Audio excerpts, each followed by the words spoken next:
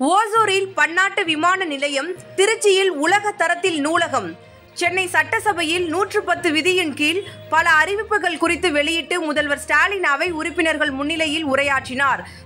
தமிழ்நாட்டின் உட்கட்டமைப்புக்கும் தொழில் வளர்ச்சிக்கும் அடித்தளம் அமைக்கப் போகும் மாபெரும் அறிவிப்பு ஒன்றையும், தமிழ்நாட்டில் உள்ள இளைஞர்களின் அறிவு வளர்ச்சிக்கு அடித்தளம் அமைக்கப் போகும் அறிவுலகம் வரவேற்கும் முக்கியமான அறிவிப்பு ஒன்றையும் இந்த மாமன்றத்தில் அறிவிப்பதில் மகிழ்ச்சி அடைகிறேன்.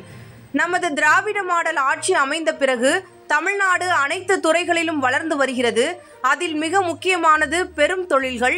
வளர்ச்சிமிகு தமிழ்நாடாகவும் அமைதிமிகு தமிழ்நாடாகவும் இருப்பதால் தமிழ்நாட்டை நோக்கி பல்வேறு நிறுவனங்கள் உலகம் முழுவதும் இருந்து தொழில் தொடங்குவதற்கு வந்து கொண்டே இருக்கிறார்கள். இந்த தொழில் நிறுவனங்கள் மூலமாக தமிழ்நாட்டின் தொழில்துறை வளர்ச்சி அடைகிறது என்பது மட்டுமல்ல, தமிழ்நாட்டின் இளைய சக்தியான இளைஞர்களுக்கு வேலைவாய்ப்பும் கிடைக்கிறது.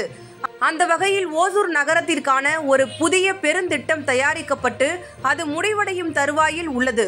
ஓசூர் மட்டுமல்லாது கிருஷ்ணகிரி மற்றும் தருமபுரி பகுதியின் ஒட்டுமொத்த சமூக பொருளாதார வளர்ச்சிக்கு உதவும் வகையில் ஓசூரில் ஒரு விமான நிலையம் அமைப்பது அவசியம் என இந்த அரசு கருதுகிறது.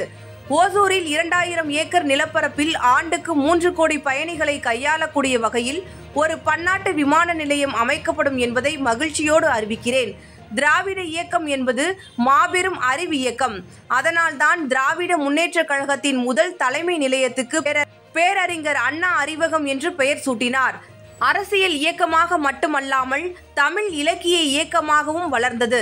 வாசிப்பதற்கும் சுவாசிப்பதற்கும் வேறுபாடு காண முடியாத வாழ்க்கை வாழ்ந்தவர் பேரறிஞர் அண்ணா அவர்கள். பாதி வரை படித்த புத்தகங்களின் மீதியை படிப்பதற்கு ஏதுவாக அறுவை சிகிச்சையை தள்ளி வைக்க சொன்னவர் பேரறிஞர் அண்ணா அவர்கள். அந்த பேரறிஞரின் நூற்றாண்டை கொண்டாடி மகிழ்ந்த தலைவர் கலைஞர். ஒரே நேரத்தில் 1200 பேர் உட்கார்ந்து படிக்கிற வகையில் 3,33,000 சதுர அடிகள் கொண்ட நூலகத்தை உருவாக்கி அதற்கு அண்ணா நூற்றாண்டு நூலகம் என்ற பெயரையும் சூட்டி மகிழ்ந்தார்.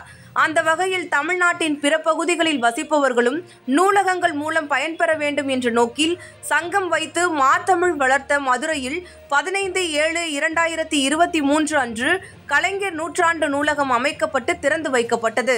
இதன் தொடர்ச்சியாக கோயமுத்தூர் மக்களுக்கும் இளைய தலைமுறைக்கும் பயன்படும் விதமாக ஒரு மாபெரும் நூலகம் மற்றும் அறிவியல் மையம் முத்தமிழ் அறிஞர் கலைஞர் பெயரில் அமைக்கப்படும் என்று இந்த ஆண்டு நிதிநிலை அறிக்கையில் அறிவித்தோம். அதற்கான பணிகள் விரைவில் தொடங்கப்பட உள்ளன.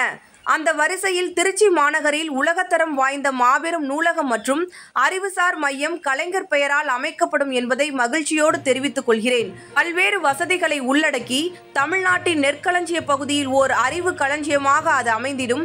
தினந்தோறும் திட்டங்கள் தீட்டும் நாளாக, விடியும் நாளாக, விடியல் தரும் நாளாக உருவாக்கி வருகிறோம் என்பதை கூறிக்கொள்கிறேன்.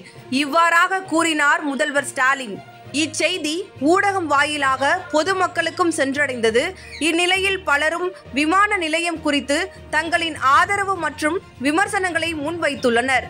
அதில் குறிப்பாக 40 கிலோமீட்டர் தொலைவில்தான் பெங்களூரு பன்னாட்டு விமான நிலையம் அமைந்துள்ளது என்றும் 2000 ஏக்கர் பரப்பளவில் இவ்வளவு பெரிய தொகை செலவிடும் அளவிற்கு ஓசூரில் பன்னாட்டு விமான நிலையம் அவசியம்தானா என பலரும் சமூக வலைதளங்களில் தங்கள் கருத்துக்களையும் ஆலோசனைகளையும் பதிவு செய்து வருகின்றனர்.